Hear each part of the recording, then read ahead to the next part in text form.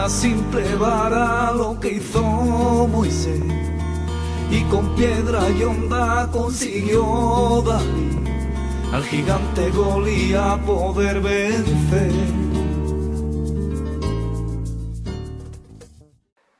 Muy buenas, queridos amigos, queridos telespectadores, Ventana Evangélica.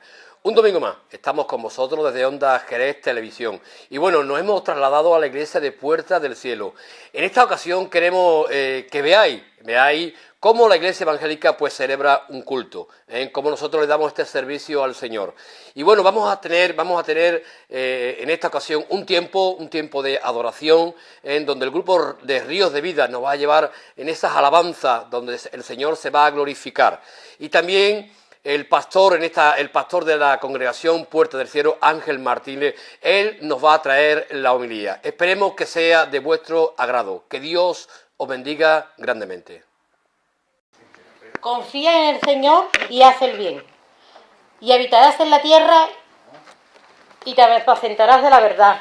Deleítate a sí mismo en el Señor y Él te concederá las peticiones de su corazón. Encomienda al Señor tu camino y confía en Él, y Él hará. Amén. ¿Qué es deleitarte en el Señor esta mañana, no? Tenemos el deseo de honrarle y de adorarle en esta mañana. Tenemos el deseo de hacer su voluntad en esta mañana. Hemos venido a adorarle, a bendecirle. Deleitarte es gozarte. Deleitarte es decirle que Él es maravilloso en cada una de nuestras vidas. ¿Te gozas de la misericordia que Dios ha hecho en esta mañana y durante todos los días de tu vida? ¿Te gozas de la fidelidad que Dios ha tenido con cada uno de nuestros corazones? Tener confianza en Él, depositar nuestra fe en Él, el que ha hecho maravilla y el que ha transformado tu vida. Encomienda al Señor tu camino. Es nuestro deseo en esta mañana de adorarle y bendecirle y depositar toda nuestra confianza en Él. Dios tiene un plan para cada uno de nosotros. ¿Te deleitas tú en su palabra? ¿Te deleitas tú en sus promesas? Debemos de reconocer, hermano, de que Dios se merece nuestra alabanza en esta mañana, de que debemos depositar toda nuestra fe, de que su gran misericordia es la que nos sostiene, su mano, ¿verdad?, es la que nos sostiene cada día. Debemos de adorarle porque Él se lo merece. Le pidamos a Dios, ¿verdad?, que nos dé un corazón puro en esta mañana para adorarlo y bendecirlo. Pero como dice aquí, ¿no?, confía en Él y Él hará. En esta mañana que nuestros corazones se rindan, como dice el Salmo también, ¿no?, que nuestras alabanzas de por la mañana y tu misericordia se renueve cada día. Deleítate en el Señor esta mañana, hermano, porque debemos de reconocer que no dependemos de nadie, sino del Dios vivo, porque Él murió un día en la cruz del Calvario por ti y por mí, como dice Romanos 5:8. Cristo murió por cada uno de nosotros y Él entregó su sangre por ti y por mí. En esta mañana, gózate en las alabanzas, reconoce de que Dios es el Todopoderoso y el que hace maravillas y el que la seguirá haciendo cada día, en cada una de nuestras vidas. Gocémonos porque Él se merece que en esta mañana tú te rindas a Él y te deleite y te goce y lo exalte, porque Él es el único que se merece nuestra adoración y nuestra exaltación.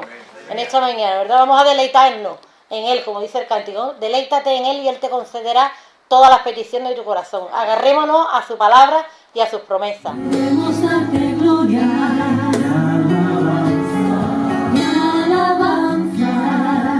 Levantamos nuestras manos, exaltándote, Señor. Queremos darte gloria. Queremos darte gloria. Y alabanza. Y alabanza. Levantamos nuestras manos, exaltándote, Señor. Grande eres tú, grande tus milagros son, no hay otro como tú, no hay otro, no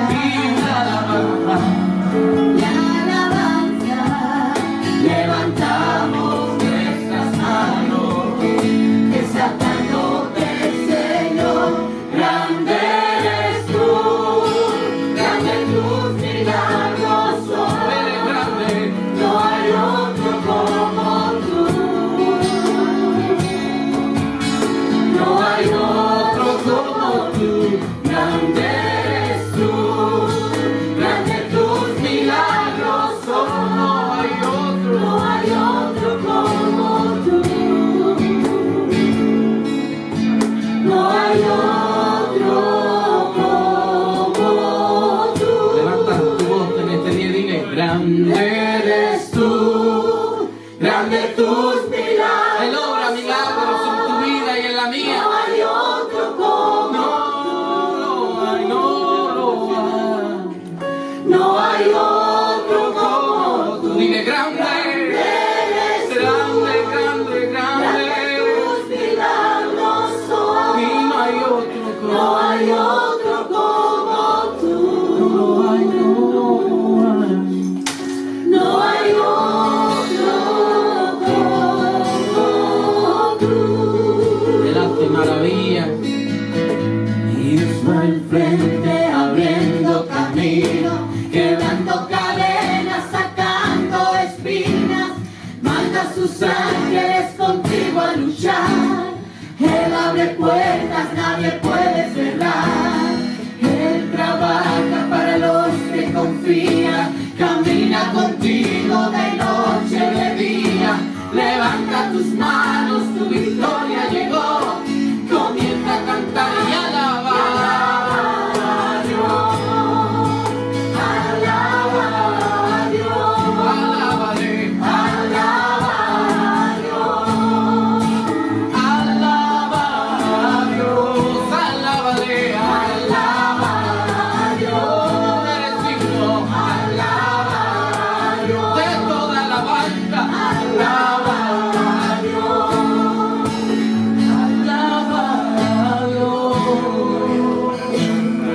Gracias. Bendice ahora la palabra, bendice nuestros corazones. Lo ponemos todo en el nombre de Jesucristo. Amén. Todos, hermanos, hermanas, todos los seres humanos somos influenciados por otros seres humanos. Todos. No hay nadie que no sea influenciado. Hay gente que pueden creer que tienen una personalidad muy, digamos, suya y dicen, no, a mí no me... Todos somos influenciados. Hemos sido, para bien y para mal, influenciados por nuestros padres, por nuestro entorno más cercano, hermanos, hermanas, nuestros vecinos, por los profesores. Hemos sido influenciados desde siempre y seguimos siendo influenciados, para bien y para mal. Lo inteligente es coger las buenas influencias y dejar las malas influencias. Y como diría en el Antiguo Testamento, conviértanse ellos a ti y tú no te conviertas a ellos. Es decir, que se conviertan ellos a tus buenas influencias, pero tú no te conviertas a las malas influencias. Pueden venir de tu mujer, pueden venir de tu marido, pueden venir de tu casa, pueden venir de tu vecino, puedan venir de donde venga. A las malas influencias no nos tenemos que convertir. Cuando una persona cede y al final acaba como la otra, ha perdido la batalla. La ha perdido. No podemos. Ya os adelanté que todo lo que los evangelios recogen de lo que Jesucristo dijo, ya fuera en público o en privado, todo pudo haberse pronunciado, os digo más, en 2 horas. Todo lo que hay aquí, porque es que fuera de aquí, todo lo que hay aquí del discurso de Jesucristo, en privado y en público, lo dijo en 2 horas. 2 horas, 2 horas y media. No hay más.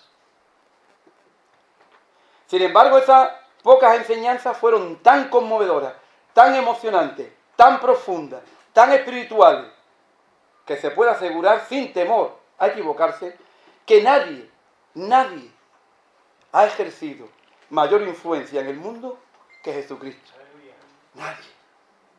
Y de la buena. Y de la positiva. De la que hay que abrazar, no quitar. Cuando Jesucristo terminó su ministerio aquí terrestre en este mundo, en el año 33 de nuestra era, sus seguidores, según los hechos, eran, ¿cuántos? 120 hombres y mujeres, ¿no? Estos eran sus seguidores. Los que aparecen ahí. En nuestros días, más de 2.000 millones de personas afirman ser cristianas y otros cientos de millones consideran a Jesús como un gran profeta. Esa es la realidad. 2.000 millones de personas dicen, soy cristiano o cristiana. Y otros tantos afirman, no soy cristiano, pero Jesucristo es un gran profeta. No cabe duda de que sus enseñanzas han dejado una profunda impresión en nuestra humanidad. No poca, sino una profunda mella en nuestra humanidad.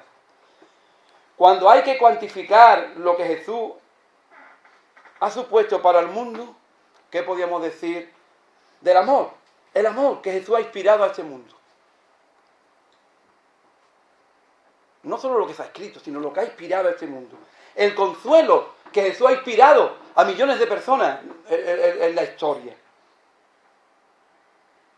Las buenas acciones que ha motivado la influencia de Jesús en tantas y tantas vidas a lo largo de la historia. La esperanza que ha infundido a millones de personas las enseñanzas y la influencia de Jesús, incluyendo la alegría, la paz y tantas cosas que Jesús ha influenciado en sus seguidores. No tiene paralelo en la historia del hombre. No hay nadie, no hay ningún hombre ni ninguna mujer que haya llegado ni siquiera como se suele decir, ni al tobillo en relación con la influencia. De todas las personas importantes y buenas que ha habido en el mundo, ninguna puede siquiera compararse a la universalidad de su atractivo ni de su influencia. Ninguna. No existe. No es difícil el problema. No la hay. Es la figura más fascinante de la historia. En la historia hay muchas figuras de todo tipo. Pero la figura más fascinante de la historia es Jesucristo. El líder hindú Gandhi, conocido por todos, también dijo: no sé de nadie que haya hecho más por la humanidad que Jesucristo. De hecho, no encuentro nada malo en el cristianismo, dijo él. Pero entonces añadió Gandhi: el problema está en ustedes, los cristianos, pues no viven conforme a lo que él enseña. Esa fue la reflexión de Gandhi. Y ya sabemos quién es, ¿no? Pero cuando hablaba de Jesucristo no podía decir otra cosa. No podía decir otra cosa. Aunque el hombre añade: no veo en sus seguidores lo mismo. Por lo tanto, lo que interesa saber es qué enseñó en realidad Jesús de Nazaret y qué influencia debería tener sus enseñanzas en nosotros. ¿Es Jesús un modelo a seguir? ¿Quieres tú, quiere usted mejorar como persona? ¿Ser salvo si no lo eres? El apóstol Pedro nos dice cómo lograr esto, cómo empezar en el tema de la influencia, ¿no?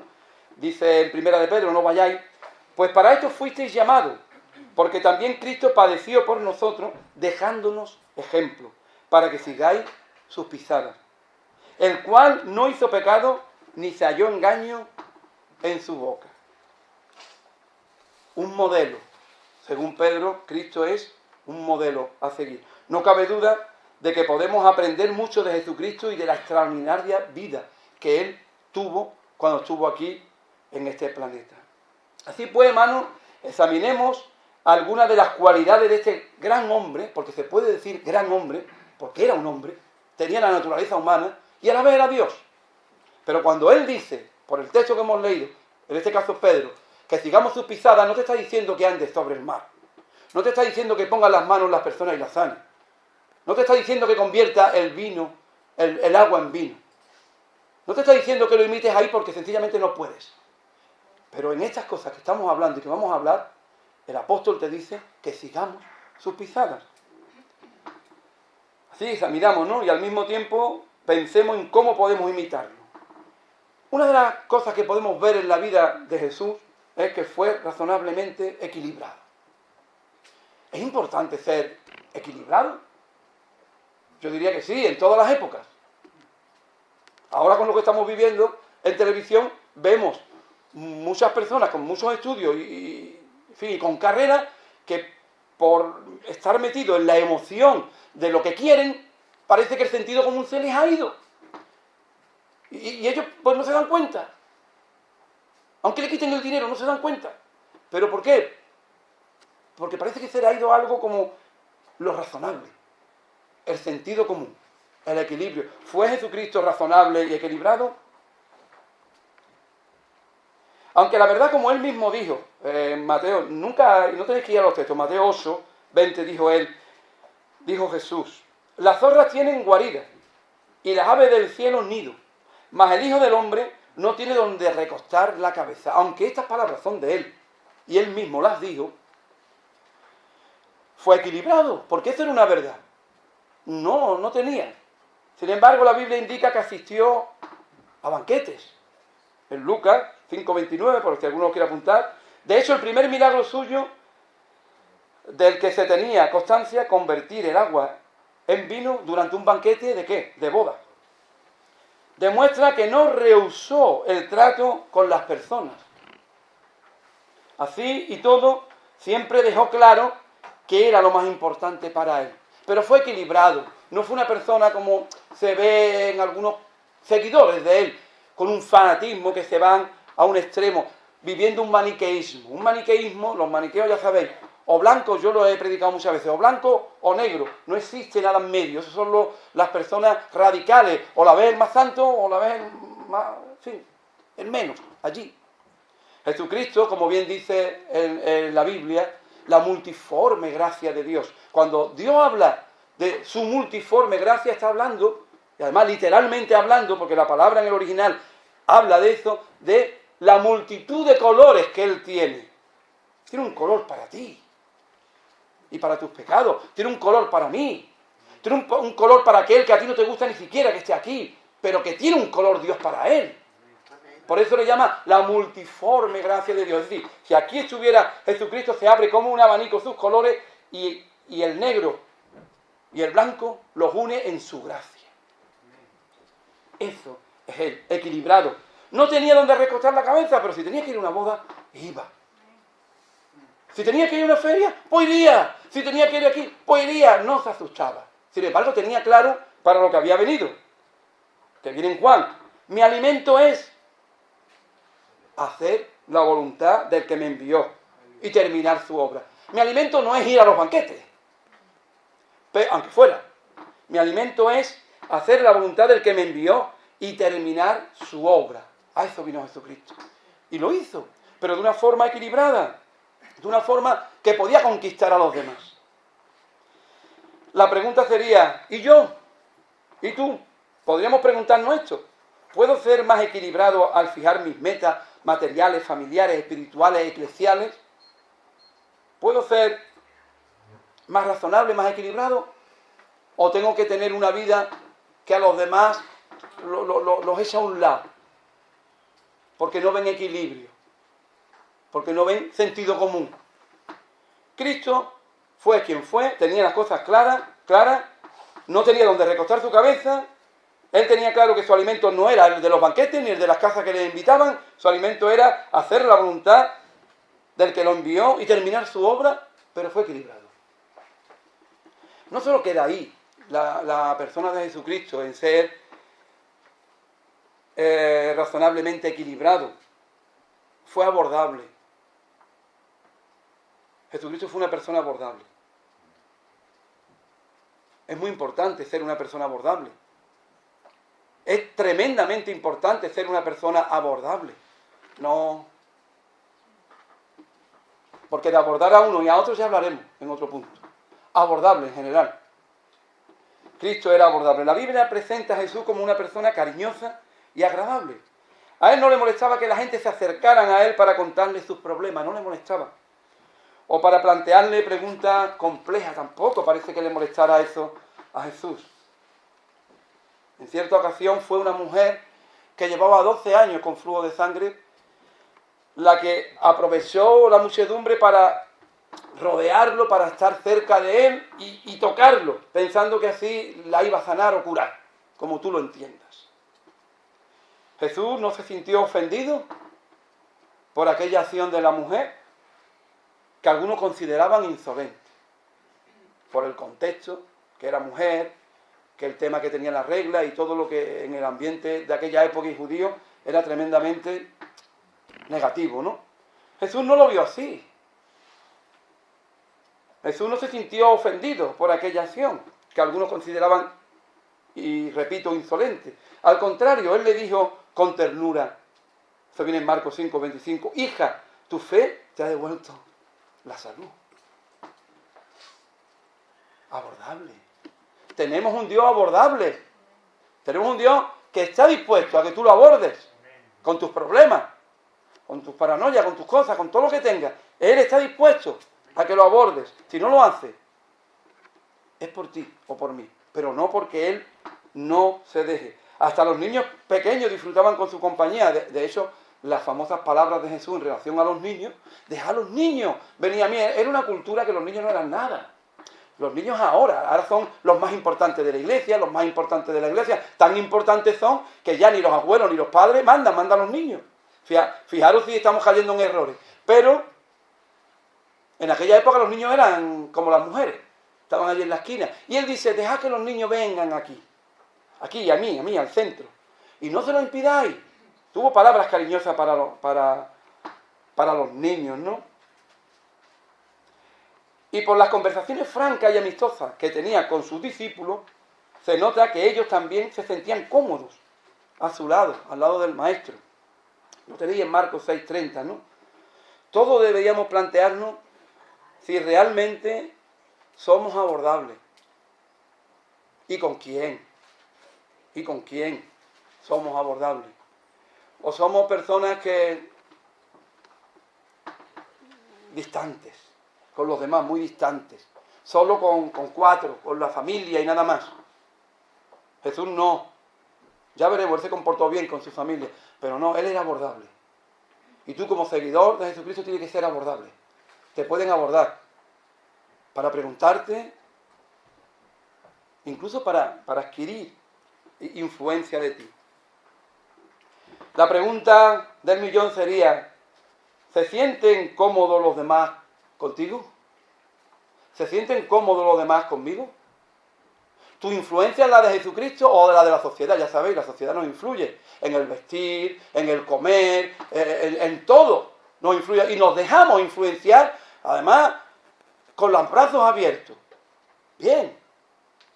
Pero nos dejamos influenciar por Jesús. Dejamos que estas cuestiones que Él vivió y que tenemos que imitar vengan a nuestra vida. No se quedó solamente ahí.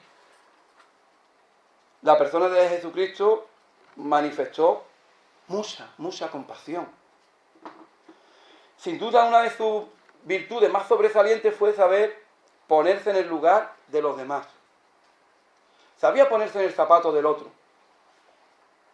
No, todos tenemos nuestra mente, todos tenemos nuestra historia, nuestra forma de enfocar, nuestra cosmología, que sería la palabra.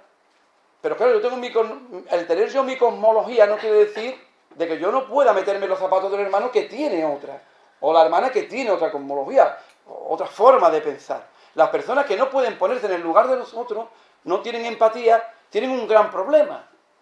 Jesucristo era empático. Se ponía en el lugar del otro. Y lo hacía una y otra vez, para ayudarlo, para influenciarlo. Así cuando Jesús vio a María llorando por la muerte de su hermano Lázaro, gimió en espíritu, se perturbó y finalmente cedió a las lágrimas. Cedió. No le importaba eso de la cultura, ni de que los hombres no lloran. Lloró. Cedió a las lágrimas. A las emociones. Cedió. Por ver a sus amigos llorando, a su amigo muerto y sus amigas llorando por su hermano, ¿no? Por lo que cuenta el apóstol Juan, estaba claro que Jesús sentía un gran cariño por aquella familia, lo vemos en la Escritura, y que no se avergonzó de llorar. Cuánta compasión demostró cuando resucitó a su amigo. Cuánta.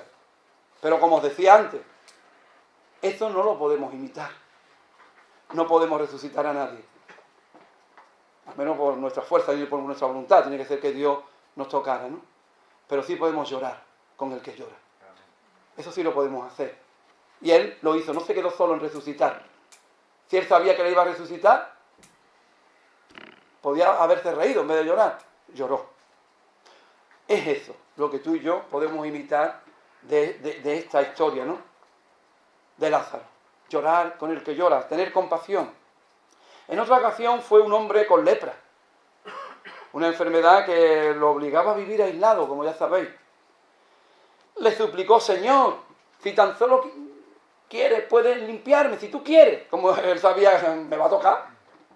¿Cómo le voy a pedir, siendo yo un leproso, a nadie que me toque? Eso no tiene sentido común. Como no tiene sentido común decirle que me toque, pues le digo, bueno, como no me puede tocar, si tan solo tú dices, ya está. Se lo plantea de otra manera el hombre. ¿Cómo respondió él? Extendió su mano y lo tocó. Y con gran compasión le dijo, quiero que seas limpio. ¿Influencia Jesús compasión, hermano? ¿Puedes tú imitar a Jesús aquí? Pues claro que puedes. Claro que podemos. Jesús no sanaba o curaba, como cada uno lo entienda, a las personas simplemente para cumplir profecías bíblicas. No. Él quería aliviar también el sufrimiento de las personas.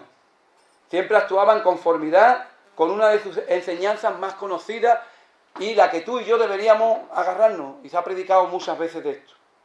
Así como tú quieres que los hombres hagan contigo, hazlo tú con ellos. ¿Qué podemos decir de nosotros? Demuestra nuestras acciones que sentimos compasión. ¿Ha influenciado Jesucristo en ti como lo hace el mundo? ¿Como lo hace la moda?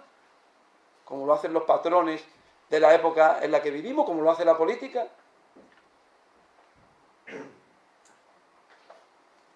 Son preguntas para la reflexión, ¿no?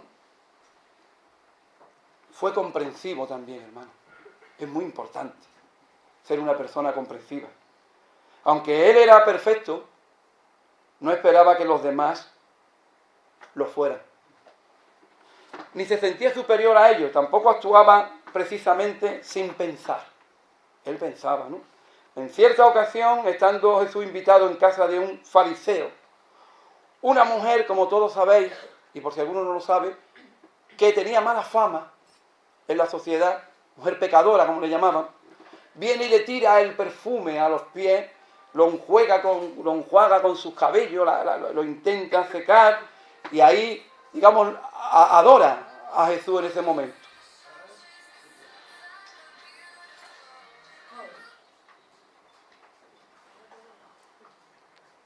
Ella era conocida, como decía, como pecadora, pero quiso demostrar su fe y aprecio bañando con lágrimas los pies de Jesucristo. Él no se lo impidió. Él era comprensivo. No se lo impidió. Para sorpresa de su anfitrión, el fariseo, que sí la juzgó con dureza. La juzgó con mucha dureza. Mujer pecadora, ¿no? Jesús percibió la sinceridad de aquella mujer y en vez de condenarla por sus pecados le dijo, tu fe te ha salvado, vete en paz. Es muy posible que este trato comprensivo la motivara a cambiar su vida y a seguir a Jesús de este momento hacia adelante, porque fue comprensivo. Tenemos que ser comprensivos. No podemos actuar como el fariseo, ¿no? Y ya sabéis, hay más, ¿no?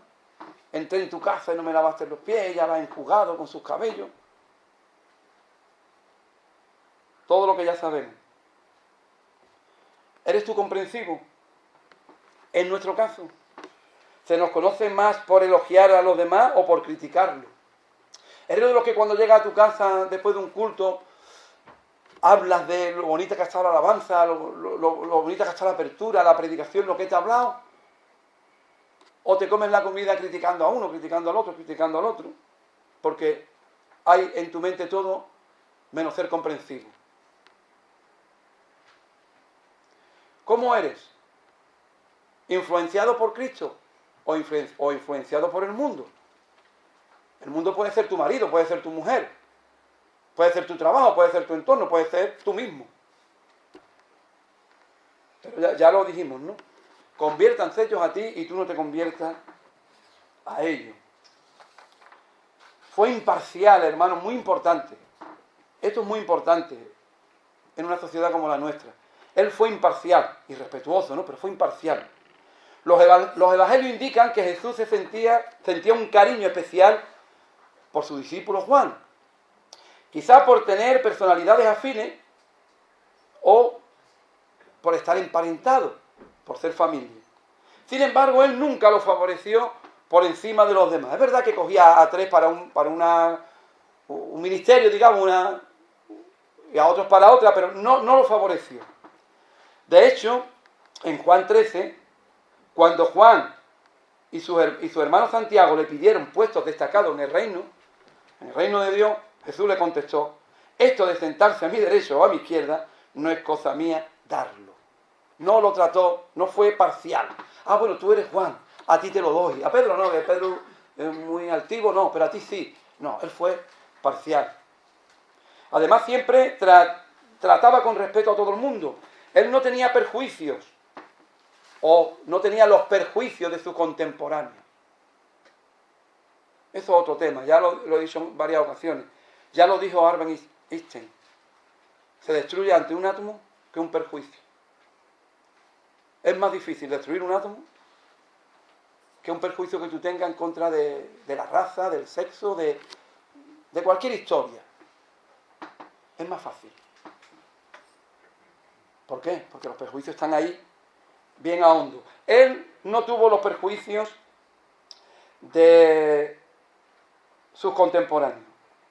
Aunque muchos consideraban en aquella época que las mujeres eran inferiores, él las trató con dignidad. Era una sociedad que las mujeres eran un complemento del hombre.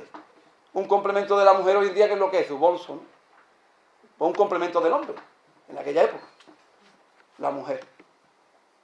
En algunos casos hasta las mujeres. ¿Cómo trató Jesucristo a las mujeres en aquella época?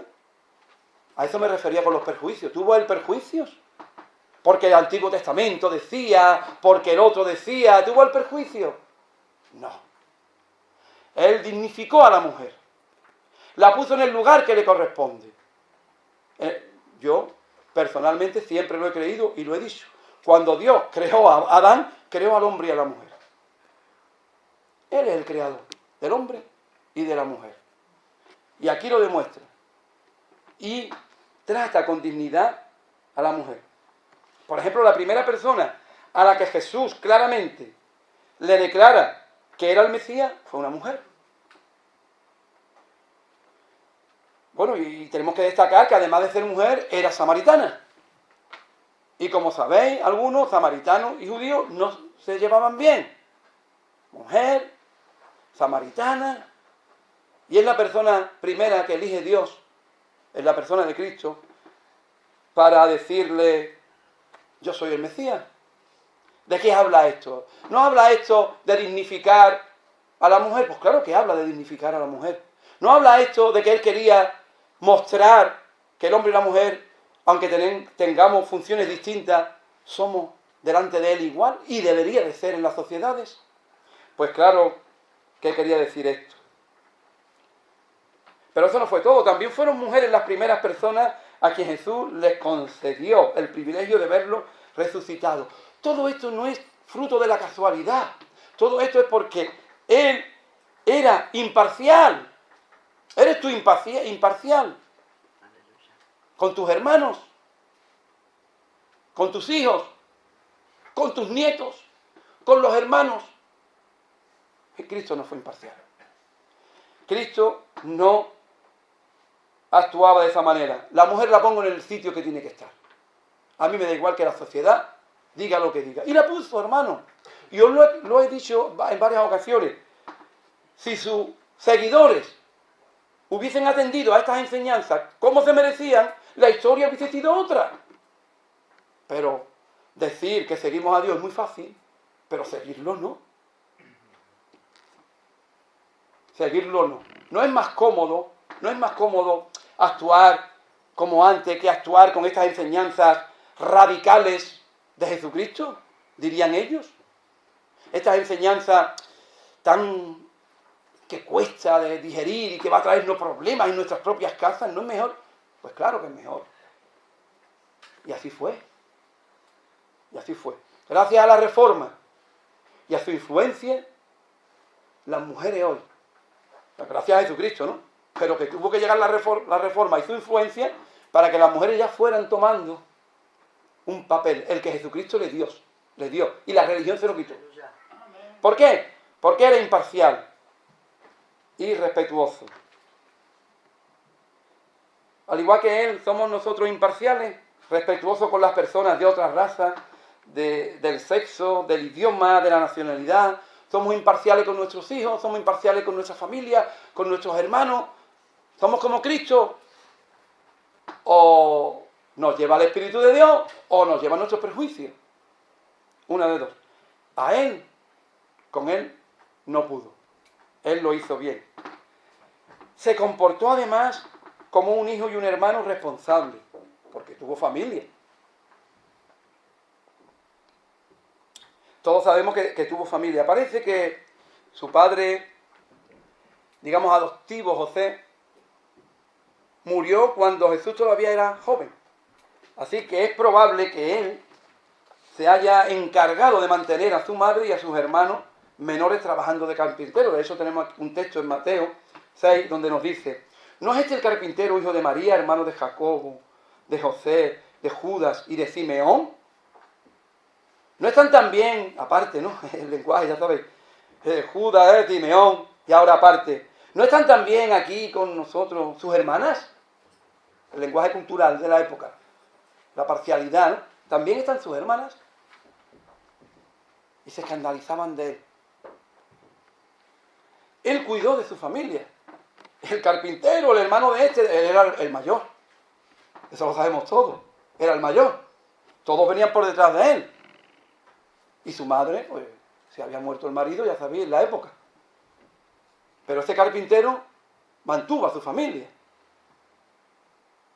Y estuvo ahí para sus hermanos, para sus hermanas y para su madre.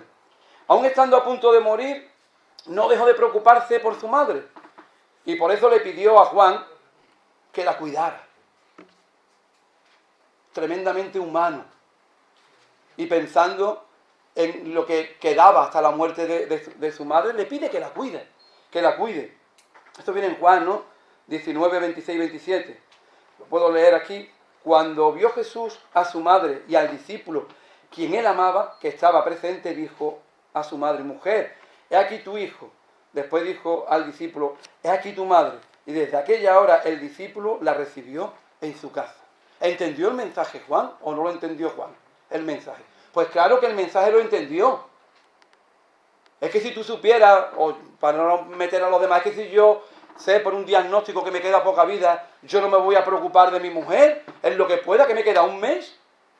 A lo mejor cada uno piensa de una manera, a lo mejor otros querían vivir ese mes. O bueno, otros a lo mejor querríamos preocuparnos para que los que se queden aquí. Pues él lo hizo, algo humano. Pero lo hizo. ¿Por qué? Porque nos dio ejemplo como familia. Nos dio ejemplo también como familia. ¿Somos nosotros tan responsables como fue Jesús en el cuidado de nuestra familia? Con tus hijos, con tu marido, con tu mujer, con tus hermanos, con nuestros padres. ¿Somos responsables o no? Él nos dio ejemplo. Otra cosa donde influyó grandemente es que supo ser un buen amigo. Él fue un buen amigo. Jesús fue el mejor de los amigos. ¿Por qué? Él nunca se alejó de sus amigos porque cometieran errores. Aun cuando los repetían una y otra vez, estaba ahí. Era esa persona paciente que tú dices: ya, este es tonto, ya. Este es tonto. Se la dan. A mí me dan una, me dan un palo y ya no voy más. Bueno, cada uno tiene su forma de ser. El que quiere aprender de Cristo, desde luego, ya sabe que un palo es una mejilla. Y los evangelios dicen que pongamos la otra. Pero que cuando te dan aquí todavía queda otra. En fin, ¿qué vamos a decir de esto? ¿Aprendemos de hacer amigos como Jesús? ¿O nos alejamos de momento? De un día para otro. Es cierto que ellos no siempre actuaron como a él le hubiera gustado. Así él le demostró su amistad, concentrándose en sus buenas cualidades en vez de atribuirle malos motivos. Esta es otra. No porque tú tengas problemas con una persona, o no porque yo tenga problemas con una persona, tenemos que ver todo negativo en esa persona. Porque esa persona seguramente tendrá muchas cosas positivas. Aunque hay personas que cuando se enfilan con alguien, pues todo lo que hablan de ese alguien es malo. Pero eso es porque su naturaleza es de esa manera. El ladrón cree que todo el mundo es su misma condición. Pero el que tenga a Dios verá el acto negativo, pero después dirá: bueno, pues este hombre o esta mujer tiene estas cosas no positivas. No todo negativo.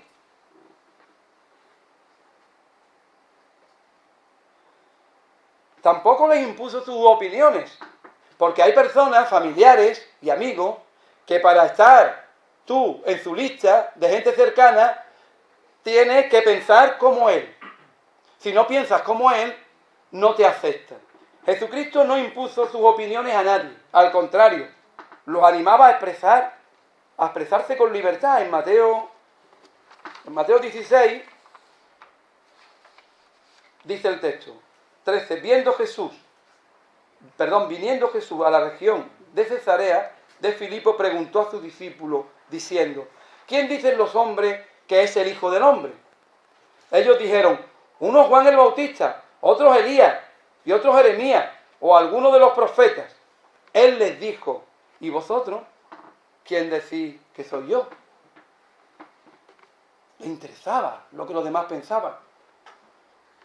Para ser amigo de Jesús en ese momento no tenía que pensar como él. Él aceptaba a la gente, las comprendía y tenía paciencia con ellos.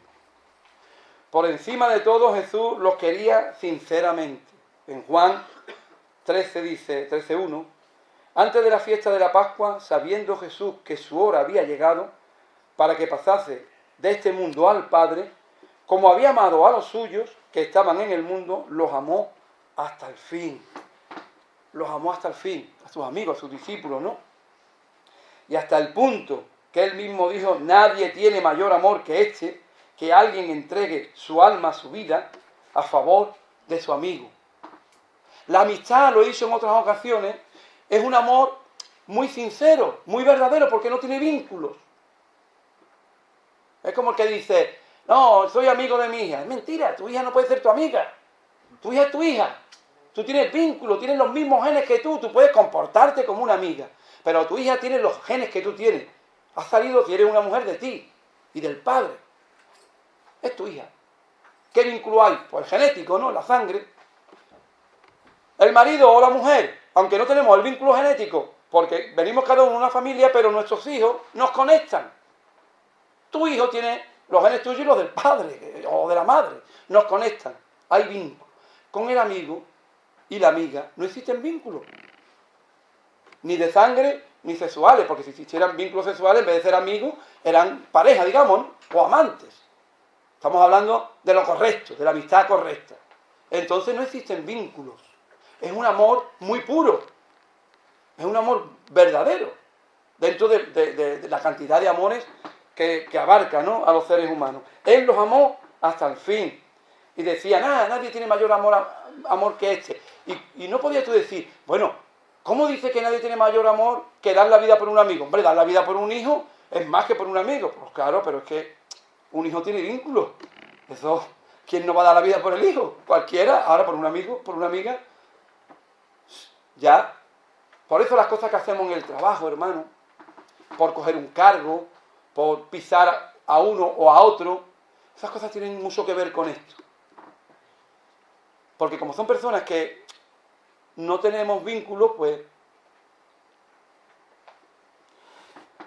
Bien, pensemos, ¿qué se puede decir de mí y de ti en relación con la amistad? Cuando alguien te molesta y te ofende, ¿qué eres? ¿Radical? ¿Eres de esto que dice, murió para mí? Se acabó. También demostró ser un hombre valiente. Es importante lo de la valentía en las escrituras, ¿eh? Jesús no era un personaje débil, aunque los pintores lo han pintado a través de la historia con un cuerpo ágil debilucho, pero él no era un hombre débil y sin voluntad. Al contrario, era enérgico y fuerte. En 2 ocasiones echó del templo a los que estaban vendiendo allí y negociando, los echó. También demostró valor al enfrentarse a una agitada muchedumbre que le buscaban. Jesús el Nazareno, para arrestarlo, y él dijo, yo soy, sin miedo, yo soy. Y luego que, para proteger a sus discípulos, añadió, si es a mí a quien buscáis, dejar a esta gente tranquilo, dejar a estos. Un hombre valiente. Ni siquiera se quería escudar en sus discípulos. Ya sabéis, cuando cortó la oreja de Aser, el que a espada, ya sabéis, nada de violencia. Tranquilo. no sorprende que el propio Poncio Pilato, viendo la entereza y la valentía de Jesús por el maltrato que había recibido, dijera admirado: miren el hombre, miren el hombre. ¿Qué veis ahí? ¿Un cobarde? Un hombre valiente. Y nosotros actuamos con decisión y valor.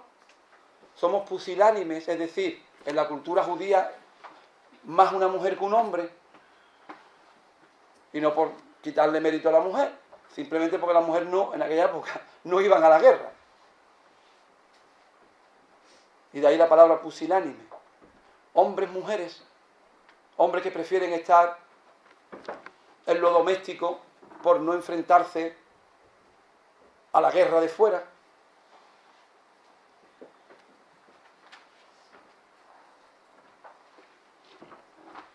Estamos esforzándonos al mayor grado posible por imitar a Jesús, hermano.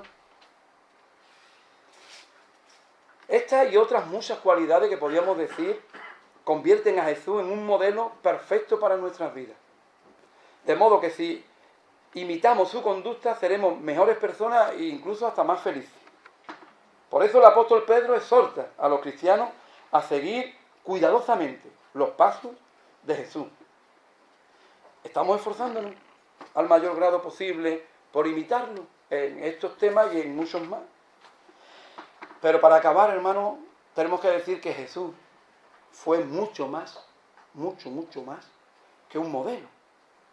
Que lo fue, lo hemos visto, y hay mil cosas más que se podrían hablar de Jesucristo, pero fue mucho más que un modelo.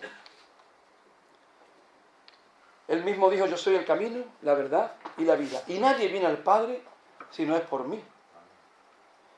Al revelarnos la verdad acerca de Dios, el Hijo también nos mostró el camino acerca del Padre. Y gracias a Jesús, todas las personas que se acerquen, se conviertan a Él, pueden obtener la vida. Sí, la vida eterna, me refiero. Porque dice en Juan: porque de tal manera amó Dios al mundo, que ha dado a su Hijo unigénito, para que todo aquel que en Él cree no se pierda, mas tenga vida eterna. Porque no envió Dios a su Hijo al mundo para condenar al mundo, sino para que el mundo sea salvo por Él. ¿Cómo es posible esto? Porque en Jesús habitaba toda la plenitud de la deidad. Porque es verdad que era un hombre total, como tú y como yo, pero era Dios. ¿Que podemos imitar esa parte humana? Pues claro, y estamos llamados a hacerlo. La divina, por supuesto que no. Tú harás un milagro el día que Dios quiera que lo haga, pero tú no puedes hacer nada a favor de eso. ¿Y nosotros qué debemos hacer? El propio Jesús lo explica, ¿no? Esto significa la vida eterna. El que estén teniendo conocimiento de mí, el único Dios verdadero. Y de aquel a quien tú enviaste, Jesucristo, Juan 17:3. Y esta es la vida eterna, que te conozcan a ti, el único Dios verdadero, y a Jesucristo, a quien has enviado. Jesucristo siendo Dios y habitando en Él toda la misma naturaleza que el Padre. En efecto, si esto lo hacemos, podemos decir que tenemos vida eterna. El ejemplar modo de vida de Jesús nos enseña cómo debemos ser. Además de su sacrificio, nos libera del pecado y de la muerte. Dice Romanos 6, porque la paga del pecado es muerte, mas la dádiva de Dios es vida eterna en Cristo Jesús, Señor nuestro. Si no fuera por Él, nuestra vida sería triste, sin esperanza y muchas cosas más, hermanos, hermanas y amigos. Así pues, nunca permitamos que la ansiedad o las preocupaciones de la vida nos impidan imitar el modelo que nos dejó el hombre más grande de todos los tiempos, Jesucristo, Rey de Reyes y Señor de Señores. Que el Señor los bendiga. Pues vamos a orar y vamos a hacer despedida. Señor, agradecidos estamos a ti, a que tú, siendo Dios, creador de todo, vinieses a este mundo en forma de hombre y nos dieras ejemplo en lo familiar, en la amistad, en la imparcialidad, en la empatía, y en una cosa, y en otra, y en otra, y en otra. En todo, Señor. y acabaste tu obra siendo perfecto y sin pecado. No se halló engaño en ti, ni mentira, ni injusticia. Ayúdanos, Señor. Te necesitamos grandemente para poder imitarte. Nada más plantearnos el imitarte, ya tenemos un conflicto con nuestra naturaleza, Señor. Ayúdanos cada día a ir cambiando poco a poco a tu semejanza, a la humana, a la parte humana, a la que podemos imitar de ti, para que los demás puedan conocerte en nosotros, Señor. Gracias, muchas gracias. En el nombre de Jesucristo. Amén.